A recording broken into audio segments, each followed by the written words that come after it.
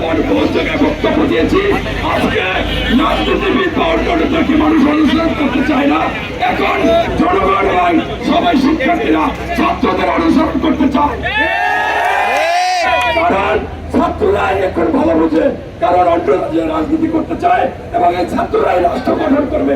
আমি ছোটবেলা থেকে এই আমি ঢাকা বিশ্ববিদ্যালয়ের শিক্ষা গবেষণা ইনস্টিটিউটে ছিলাম। আমি সেই থেকেই আমি সবসময় বলে এসেছি, আমার কাছে মনে হয়েছে আমি যে খবর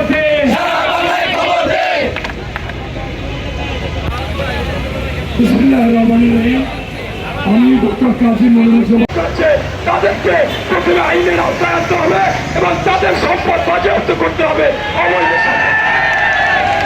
পাশাপাশি সেটা হচ্ছে আমাদের শত শত ভাই ছাত্র জনতা এই সংগ্রামে শহীদ হয়েছে এবং আজকের যে বিষয় আজ গভীর রাতে হলো দাবি জানাবে এই মুহূর্তে তাদের সভাবাহিনী তাদেরকে উজ্জীবিত রাখা এবং তারা বিভিন্ন উস্কানিমূলক আল্লাহ হাফেজ।